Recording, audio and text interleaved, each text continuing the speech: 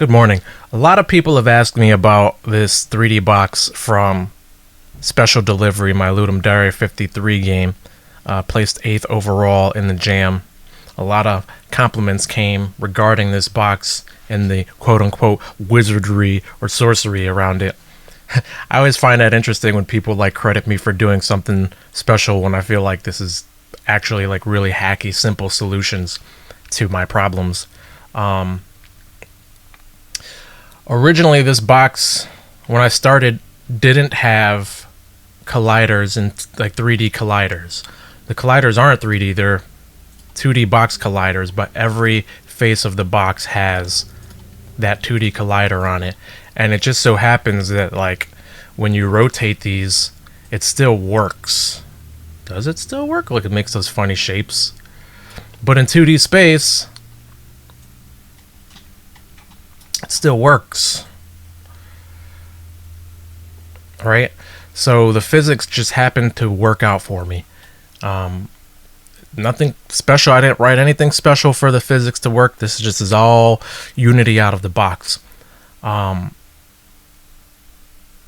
I did do, the reason why it has to work this way is because originally it didn't have the colliders operating in 3D space. I just had this this 2D.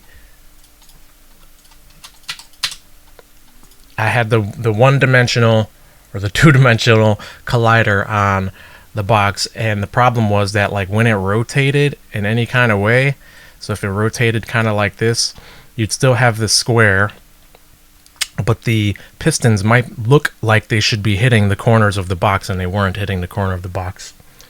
So that's why I implemented the 3D physics to it, and it turned out really well.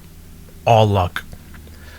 The second object here called Lock Z is, this is the reason it's called Lock Z is because this never rotates. This is designed to stay static, I guess, in a square, so that even while this is rotating and spinning and stuff, when it's running in the game, this just stays a square.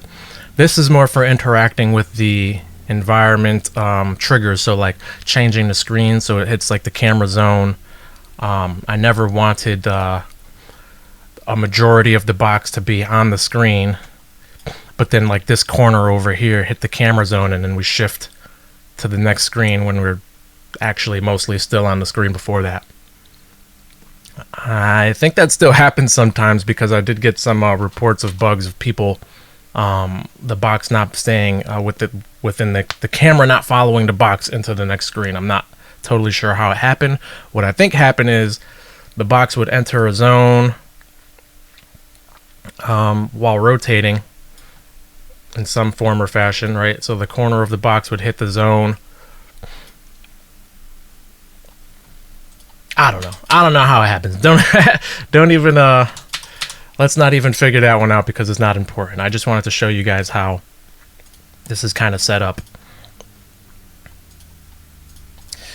The pixelation of it all just comes from the 2D pixel perfect camera, which is right here, right? So there's no wizardry there.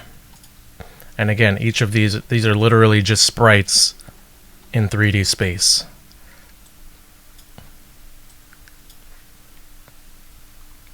Nothing special. Thanks for checking it out. That's my behind the scenes.